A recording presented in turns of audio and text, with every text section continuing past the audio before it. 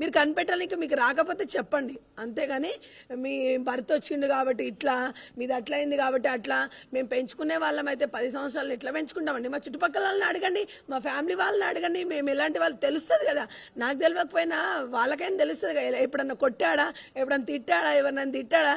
ఇంతవరకు ఈ పెళ్ళై ఇన్ని సంవత్సరాలు అవుతుంది కానీ నా మీద ఒక్క చెయ్యి ఇంత చెంపదెబ్బ కూడా కొట్టలేము ఆయన. అలాంటిది ఇష్టం వచ్చినట్టు రాస్తున్నారు మీరు. నేను ఒప్పుకోనండి దానికి. మీరు ఇన్వెస్టిగేషన్ చేసుకోండి, కంపల్సరీ కావాలి నాకు. నేను పోరాడేది కూడా, పని వదులుకొని పోరాడేది కూడా ఇంకో పిల్ల కావద్దనే పోరాడుతున్నాం మేము. మా పిల్లని మీరు తిరిగి తెచ్చిస్తారని కూడా కాదు.